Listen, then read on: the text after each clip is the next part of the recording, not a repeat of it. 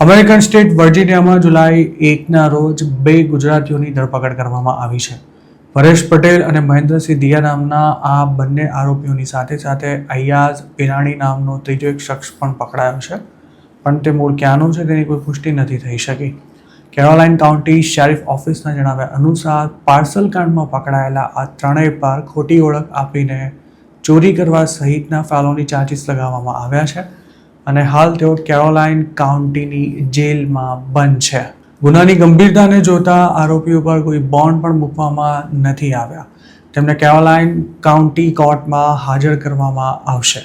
પરેશ, મહેન્દ્ર અને અયાઝ પર જે કાંડમાં સંડોવણી ધરાવતા હોવાનો આરોપ છે, તેમાં સિનિયર સિટીઝન્સ પાસેથી $1 મિલિયન પણ વધુના કેશ અથવા ગોલ્ડ પડાવવામાં આવ્યા હોવાનો પોલીસનો દાવો છે.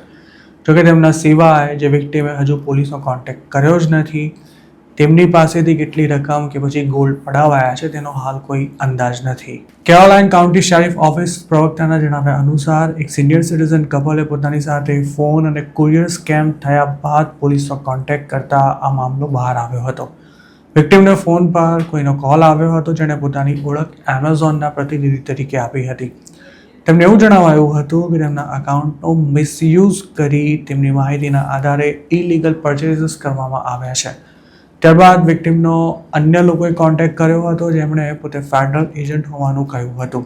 સ્કેમર્સે વિક્ટિમને એવી પણ ધમકી આપી હતી કે તેમના અકાઉન્ટમાંથી ક્રિમિનલ એક્ટિવિટી થઈ છે, તેમજ તેમના નામના ફેડરલ વોરંટ પણ ઇસ્યુ થઈ ગયા હોવાથી તેમની ગમે ત્યારે ધરપકડ કરવામાં આવશે. આ ધમકીઓ આપવાની સાથે સ્કેમર્સે કલાકો સુધી વિક્ટિમ સાથે વાત કરી હતી અને આખરે તેમને પોતાની બેંક ડિટેલ્સ આપવા માટે મજબૂર કર્યા હતા. સ્કેમર્સને વિક્ટિમ સાથેની વાતચીતમાં એ પણ જાણવા મળ્યું હતું કે તેમની પાસે ગોલ્ડ તેમજ જ્વેલરી પણ છે. તેમણે આ તમામ આઇટમ્સની ગણતરી કરી તેના ફોટા પાડવાની સાથે સાથે તેમને પેક કરી ગવર્મેન્ટ વેરિફિકેશન માટે એક એજન્ટને સોંપી દેવા માટે જણાવાયું હતું અને ત્યારબાદ કોઈ અજાણ્યો શખ્સ ફેક ફેડરલ એજન્ટ બની તેમના ઘરે પહોંચીને આ તમામ ચીજ વસ્તુનું કુરિયર લઈ ગયો હતો. આ મામલો પોલીસ સુધી પહોંચ્યા બાદ વિક્ટિમના ઘરની આસપાસ લાગેલા કેમેરામાં કેપ્ચર થયેલા ફૂટેજ ચેક કરવાનું શરૂ કરાયું હતું, જેમાં આરોપીઓ જે ગાડી લઈને પાર્સલ લેવા માટે પહોંચ્યા હતા તેની લાયસન્સ પ્લેટ આઈડેન્ટિફાય થઈ ગઈ હતી. તપાસમાં એવું પણ જાણવા મળ્યું હતું કે આ જ ગાડીમાં આવેલા સ્કેમર્સે ઈસ્ટ કોસ્ટમાં પણ કેટલીક જગ્યાએથી પાર્સલ ઉઠાવ્યા હતા. તપાસનો વ્યાપ વધતા FBI પણ આ કેસમાં ઇન્વોલ્વ કરવામાં આવી હતી.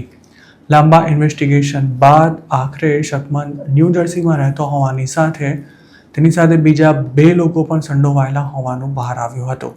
પરેશ, મહેન્દ્ર અને અયાઝ વર્જિનિયા આવી રહ્યા હોવાની માહિતી મળતા પોલીસે ઇન્ટરસ્ટેટ 81 પર પહેરો ગોઠવી જુલાઈ 1ના રોજ તેમને પકડી લીધા હતા. તેમના પર હાલ કોઈ બોન્ડ ન મુકાયા હોવાથી આ ત્રણેય અમેરિકામાં કોઈ સ્ટેટસ વિના રહેતા હોવાને કે પછી તેઓ કોઈ ટેમ્પરરી સ્ટેટસ પર હોવાની પણ શક્યતા છે અને FBI પણ આ કેસમાં જોડાઈ હોવાથી જો આરોપીઓ અનડોક્યુમેન્ટેડ ઇમિગ્રન્ટ હશે કે પછી નોન ઇમિગ્રન્ટ વિઝા પર રહેતા હશે તો તેમનું ડિપોર્ટેશનથી બચવું મુશ્કેલ થઈ જશે. આ ત્રણેય મલ્ટિપલ સ્ટેટ્સમાંથી પાર્સલ ઉઠાવ્યા હોવાની આશંકા હોવાને લીધે તેમને બોન્ડ મળવા પણ મુશ્કેલ છે. તેમના પર જે ચાર્જીસ લગાવાયા છે તે જો કોર્ટમાં સાબિત થાય તો તેમાં 10 થી 15 વર્ષ સુધીની જેલની સજા પણ થઈ શકે છે.